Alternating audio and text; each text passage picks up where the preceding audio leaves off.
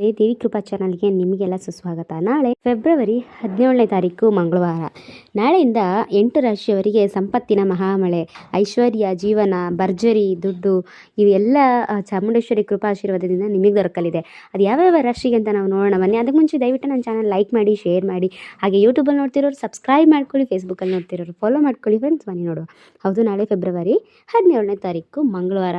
ನಾಳೆಯಿಂದ 8 ರಾಶಿಯವರಿಗೆ ಸಂಪತ್ತಿನ ಮಹಾಮಳೆಯೇ ಸುರಿಯುತ್ತದೆ.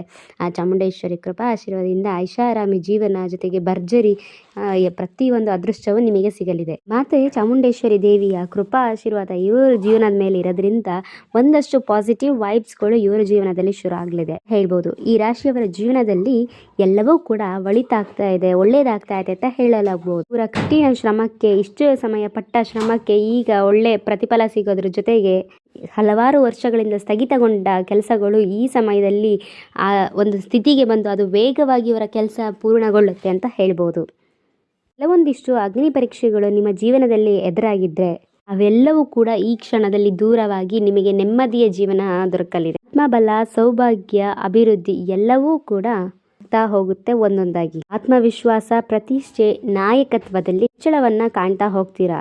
ಜೀವನದಲ್ಲಿ ತುಂಬಾ ದೊಡ್ಡ ಅಥವಾ ಶಾಶ್ವತ ಬದಲಾವಣೆ ಕೂಡ ನಿಮ್ಮ ಜೀವನದಲ್ಲಿ ಆಗುತ್ತೆ. ನಿಮ್ಮ ವೃತ್ತಿ, ನಿಮ್ಮ ಉದ್ಯೋಗ, ನಿಮ್ಮ ವ್ಯಾಪಾರದಲ್ಲಿ ಹಣಕಾಸು, ಗೌರವ ವಿಷಯಗಳಲ್ಲಿ ಒಂದಷ್ಟು ಹೊಸದಾಗಿ ಆಗೋ ಒಂದು ಬದಲಾವಣೆ ಸಾಧ್ಯತೆ ಇರುತ್ತೆ. ಇನ್ನು ಅದೃಷ್ಟ, ಯಶಸ್ಸು, ನಿಮಗೆ ಸಮೃದ್ಧಿ ಸಿಗ್ತಾ ಹೋಗುತ್ತೆ. ನೀವು ಉನ್ನತ ಶಿಕ್ಷಣ ಪಡೆಯಲಿಕ್ಕೆ ಹೋಗ್ತಾ ಇದ್ದೀರಾ, ಇಲ್ಲ ವೆಯ್ಟ್ ಮಾಡ್ತಿದ್ದೀರಾ, ಆಗ್ತಾ ಇಲ್ವಾ, ಇಲ್ಲ ಸ್ಪರ್ಧಾತ್ಮಕ ಪರೀಕ್ಷೆಗಳು ಬರ್ತಿದ್ದೀರಾ, ವಿದೇಶ ಪ್ರಯಾಣ ಮಾಡಲಿಕ್ಕೆ ನೋಡ್ತಾ ಇದ್ದೀರಾ ಅಂತ ಹೇಳಿದ್ರೆ ಅದೆಲ್ಲದರಲ್ಲಿ ನಿಮಗೆ ಯಶಸ್ಸು ಸಿಗ್ತಾ ಹೋಗುತ್ತೆ. ಕೆಲಸದ ಸ್ಥಳದಲ್ಲಿ ಪ್ರತಿಷ್ಠೆ ಹೆಚ್ಚಾಗೋದ್ರ ಜೊತೆಗೆ ವ್ಯವಹಾರದಲ್ಲಿ ಉತ್ತಮ ಲಾಭದ ಸೂಚನೆಗಳು ಸಮೇತ ಕಂಡು ಬರ್ತಾ ಇದೆ. ಆರ್ಥಿಕ ಸ್ಥಿತಿ ಸುಧಾರಿಸಿ ದಾಂಪತ್ಯ ಜೀವನದಲ್ಲಿ ಸುಖ, ಶಾಂತಿ ನೆಲೆಸುತ್ತೆ.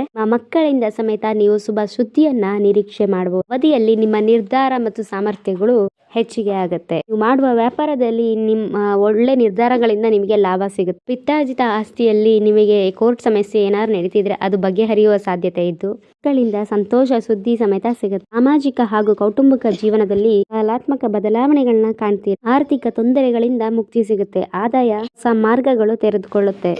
ಎಲ್ಲೋ ಸ್ಟಕ್ ಆಗೋಗಿದೆ, ನಿಂತೋಗಿದೆ ಹಣ, ನಿಮಗೆ ಮರಳಿ ಸಿಗ್ತಾ ಇಲ್ಲ ಅಂದ್ರೆ ಆ ಹಣವು ಮರಳಿ ಬರುವ ಸಂದರ್ಭ ಇದಾಗತ್ತೆ. ಮತ್ತೆ ಬಹಳ ಸಮಯದಿಂದ ನೀವು ಯಾವ್ದಾದ್ರು ಆರೋಗ್ಯ ಸಮಸ್ಯೆಯನ್ನು ನರಳುತ್ತಿದ್ರೆ ಅದು ಕೂಡ ಈ ಸಮಯದಲ್ಲಿ ಸುಧಾರಣೆ ಆಗುತ್ತೆ. ಹಳೆಯ ಹೂಡಿಕೆ ಅಥವಾ ಯೋಜನೆಗಳಿಂದ ಅನಿರೀಕ್ಷಿತ ಲಾಭದ ಸೂಚನೆಗಳು ಸಮೇತ ಕಂಡುಬರುತ್ತೆ. ಉದ್ಯೋಗಸ್ಥರಿಗೆ ಬಡ್ತಿ ಅಥವಾ ಬೇಕಾದ ಕಡೆಗೆ ನಿಮಗೆ ಟ್ರಾನ್ಸ್ಫರ್ ಆಗುವ ಸಾಧ್ಯತೆ ಕೂಡ ಇದೆ. ವೃತ್ತಿ ಜೀವನದಲ್ಲಿ ದೊಡ್ಡ ಪ್ರಗತಿ ಸಿಗುತ್ತೆ. ನಿಮ್ಮ ವ್ಯಾಪಾರದ ವಿಸ್ತರಣೆಗೋಸ್ಕರ ಹೊಸ ಅವಕಾಶಗಳು ಸಮೇತ ಸಿಗ್ತಾ ಹೋಗುತ್ತೆ. ನಿಮಗೆ ಈ ಸಮಯದಲ್ಲಿ ಆಧ್ಯಾತ್ಮಿಕ ಆಸಕ್ತಿ ಹೆಚ್ಚಾಗಿ ಮನಸ್ಸಿಗೆ ಶಾಂತಿ ಮತ್ತೆ ನಿಮಗೆ ಒಳ್ಳೆ ಒಲವು ಸಿಗ್ತಾ ಹೋಗುತ್ತೆ. ಅಲ್ಲದೆ ನೀವು ಕೌಟುಂಬಿಕ ಅಥವಾ ಆತ್ಮಿಕ ಎರಡೂ ಹಂತದಲ್ಲಿ ಕೂಡ ನಿಮಗೆ ತೃಪ್ತಿಕರ ಫಲಿತಾಂಶ ಸಿಗುತ್ತೆ. ವಿದ್ಯಾರ್ಥಿಗಳಿಗೆ ಈ ಒಂದು ಸಂದರ್ಭ ವಿಶೇಷ ಅನುಕೂಲವಾಗಿದ್ದು ಪರೀಕ್ಷೆಗಳಲ್ಲಿ, ಶಿಕ್ಷಣ ಕ್ಷೇತ್ರಗಳಲ್ಲಿ ಯಶಸ್ಸು ಹಾಗೆ ದೊಡ್ಡ ಸಾಧನೆ ಗಳಿಸುವ ಯೋಗ ಅಂತ ಹೇಳ್ಬಹುದು. ವೈವಾಹಿಕ ಜೀವನದಲ್ಲಿ ಸಾಮರಸ್ಯ ಹೆಚ್ಚಿಗೆ ಆಗ್ತಾ ಹೋಗುತ್ತೆ. ಇನ್ನು ಪಾಲುದಾರಿಕೆ ಲೆಕ್ಕದಲ್ಲಿ ನೀವು ಯಾವ್ದಾದ್ರು ಕೆಲಸ ಶುರು ಮಾಡೋದಾದ್ರೆ ಈ ಒಂದು ಸಂದರ್ಭದಲ್ಲಿ ನಿಮಗೆ ಉಳಿತಾಗತ್ತೆ. ಇಷ್ಟೆಲ್ಲ ಲಾಭ ಮತ್ತೆ ಅದೃಷ್ಟ ಪಡಿತಿರುವಂತ ಆ ಅದೃಷ್ಟವಂತ ರಾಶಿಗಳು ಯಾವ್ದು ಅಂತ ಹೇಳಿದ್ರೆ ಧನುರ್ ರಾಶಿ, ಮೀನ ರಾಶಿ, ವೃಷಭ ರಾಶಿ, ಕಟಕ ರಾಶಿ, ತುಲಾ ರಾಶಿ, ಮೇಷ ರಾಶಿ, ವೃಷಭ ರಾಶಿ. ಇವುಗಳಲ್ಲಿ ನಿಮ್ಮ ರಾಶಿ ಇದ್ರೂ ಕೂಡ ಇಲ್ಲಾಂದ್ರೂ ಕೂಡ ಓಂ ನಮೋ ಚಾಮುಂಡೇಶ್ವರಿ ಮಾತಾಯ ನಮಃ ಅಂತ ಕಮೆಂಟ್ ಮಾಡಿ, ಹಾಗೆ ಲೈಕ್ ಮಾಡಿ.